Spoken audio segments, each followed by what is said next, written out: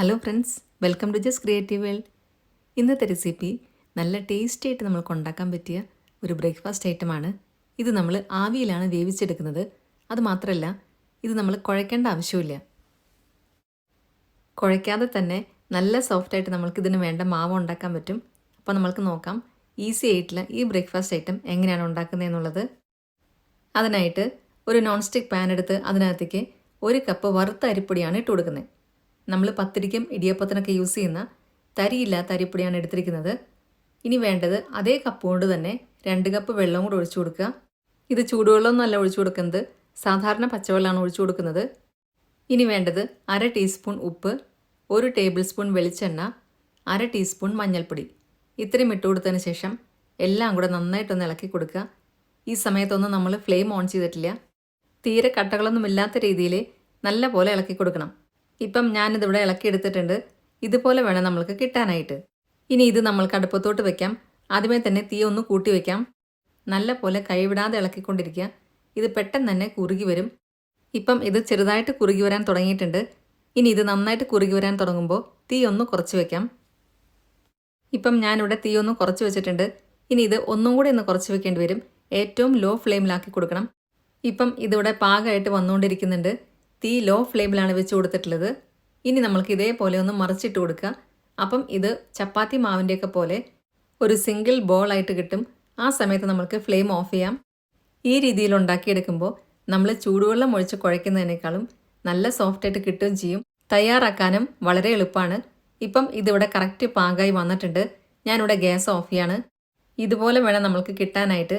Gas off ചെയ്ത് കൊടുത്തതിന് ശേഷം 10 സെക്കൻഡും കൂടെ ഇളക്കി കൊടുക്കുക. എന്നിട്ട് നമുക്കിത് വേറൊരു പാത്രത്തിനകത്തോട്ട് മാറ്റി വയ്ക്കാം.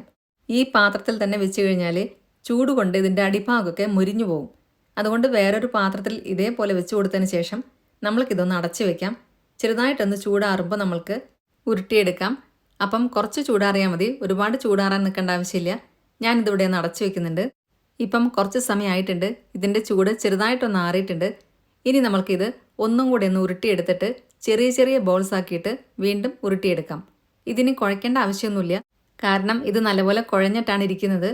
ഇനി ഇതേപോലെ ചെറിയ ചെറിയ ബോൾസ് ആക്കിയതിന് ശേഷം ഇഷ്ടമുള്ള ഷേപ്പിൽ ഇതൊന്ന് പ്രസ് ചെയ്തെടുക്കാം. ഇത് പ്രസ് ചെയ്യാതെയും വേണമെങ്കിൽ ആവിയിൽ വേവിച്ചെടുക്കാം. അതായത് ചെറിയ ഉരുള പോലെ ഉരുട്ടിയിട്ട് അത് നേരിട്ട് ആവിയിൽ വേവിച്ചെടുക്കാം. ഞാനിതിവിടെ ഇതേപോലെ ഷേപ്പാക്കി എടുത്തിട്ടുണ്ട്. ഇതുണ്ടാക്കുന്ന സമയം കൊണ്ട് തന്നെ ഒരു സ്റ്റീമറിൽ വെള്ളം വെച്ച് തിളപ്പിക്കാൻ വെക്കുക. അത് തിളച്ച് വരുമ്പോൾ നമ്മൾക്കിത് അതിൻ്റെ മുകളിലോട്ട് വെച്ച് കൊടുക്കാം. ഇനി ഇത് 10 മിനിറ്റ് ആവിയിൽ വേവിച്ചെടുക്കാം. ഇപ്പം 10 മിനിറ്റ് ആയിട്ടുണ്ട്. നമ്മൾ ആദ്യം വെച്ച് കൊടുത്ത ട്രിപ്പ് ആയിക്കഴിഞ്ഞു. ഇത് 2-3 തട്ടായിട്ട് എല്ലാം കൂടെ ഒരുമിച്ച് വേണമെങ്കിലും ആവിയിൽ വേവിച്ചെടുക്കാം. ഇനി ഇതൊന്ന് ചൂടാറാനായിട്ട് മാറ്റി വയ്ക്കുക. ചൂടോടെ എടുക്കാൻ നോക്കിക്കഴിഞ്ഞാൽ ഇത് ഭയങ്കരമായിട്ട് ഒട്ടിപ്പിടിക്കും. ഞാനിവിടെ ഒരു ട്രിപ്പും കൂടെ വെച്ച് കൊടുത്തിട്ടുണ്ട്. ഇതും 10 മിനിറ്റ് തന്നെ വേവിച്ചെടുത്തതിന് ശേഷം ചൂടാറാനായിട്ടൊന്ന് മാറ്റി വയ്ക്കുക.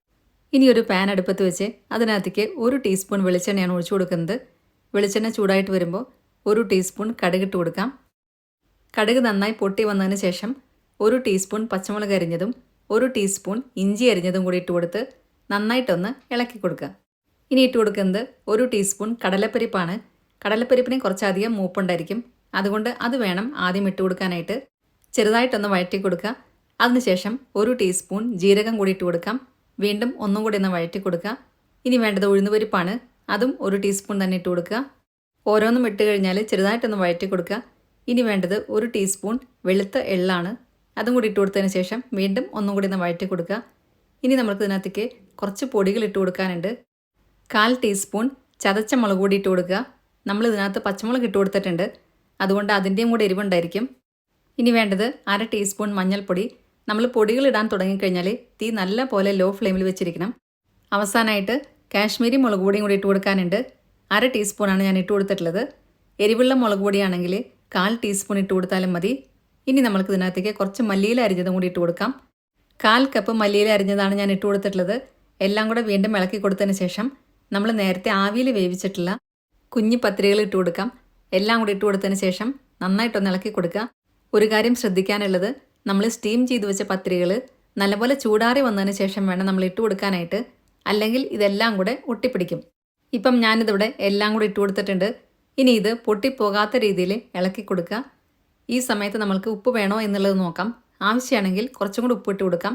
ഞാനിപ്പം 1/4 ടീസ്പൂൺ കൂടെ ഉപ്പിട്ട് കൊടുക്കുന്നുണ്ട്. വീണ്ടും ഒന്നും കൂടെ ഒന്ന് ഇളക്കി കൊടുക്കുക. ഇനി നമുക്കിതിൻ്റെ മുകളിലോട്ട് കുറച്ചും കൂടെ മല്ലിയില ഇട്ട് കൊടുക്കാം.